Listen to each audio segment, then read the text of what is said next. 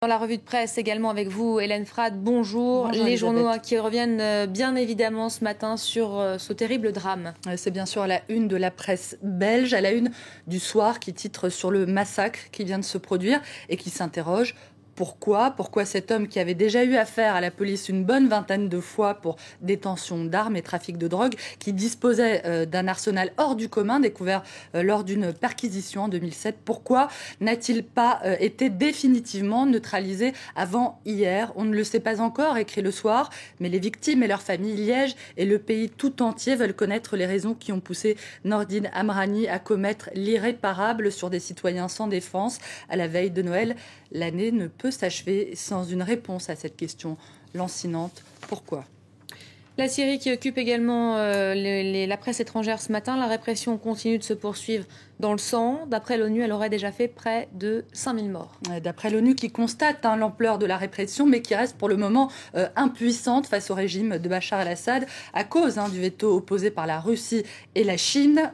Pendant ce temps-là, la machine à torturer syrienne, elle tourne à plein régime. C'est ce qu'écrit The Guardian ce matin, qui nous livre le récit d'un de ses reporters, l'un des rares journalistes à avoir obtenu un visa pour la Syrie. Il raconte qu'évidemment, lors de son séjour à Damas, effectué sous surveillance étroite de la police, il n'a rien vu, rien entendu, comme si, dit-il, il ne se passait rien en Syrie. C'est au Liban, près de la frontière, qu'il est enfin parvenu à recueillir les témoignages des Syriens. Voici ce que décrit l'un d'entre eux, Elisabeth. J'ai été frappé à coups de bâton et de câbles électriques sur la pointe des pieds, une technique visiblement très appréciée des tortionnaires syriens, qu'il appelle la falaka. Puis j'ai été, dit-il, suspendu par les genoux à un pneu attaché au plafond, les mains ligotées pendant des heures. C'est ce qu'on appelle le tapis volant chez les moukabarat. Puis, dit-il, suspendu par les poignets, ça c'est le fantôme, battu, toujours fouetté à coups de câbles électriques pour bestiaux. Pendant ce temps-là, Bachar el-Assad apparaît à la télévision pour déclarer qu'il ne tue pas son peuple, parce qu'aucun gouvernement, dit-il, ne tue son peuple, sauf s'il est dirigé par un fou.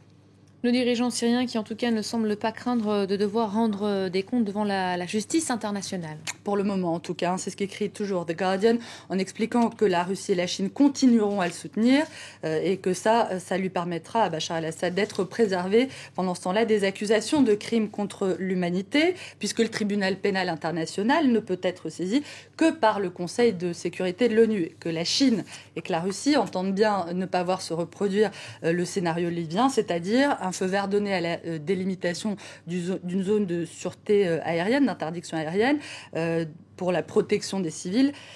Une décision qui a dégénéré en permis de tuer Kadhafi. Bref, résume The Guardian, les deux pays utilisent le prétexte de l'intervention en Libye pour empêcher désormais toute intervention en Syrie. À lire également, Hélène, ce matin, la réaction pakistanaise à l'affaire de l'interception d'un drone américain par l'Iran. Les Pakistanais se plaignent depuis des années des dommages collatéraux, entre guillemets, occasionnés par les drones américains dans leur propre pays. Ils disent que ces drones ont tué des centaines de civils innocents.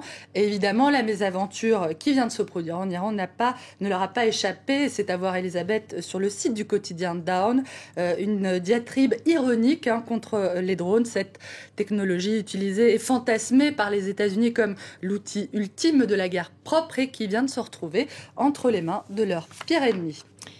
Les États-Unis, justement, qui sont en ce moment en pleine campagne pour les primaires républicaines.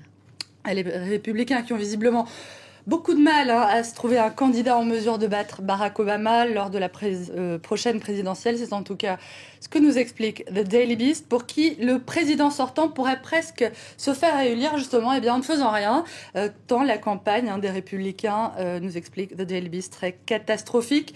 On a beaucoup dit, écrit le site, que la réélection d'Obama se ferait sur son bilan économique, mais c'est sans compter sur la médiocrité de ses adversaires républicains. Voilà ce qu'écrit en substance The Daily Beast.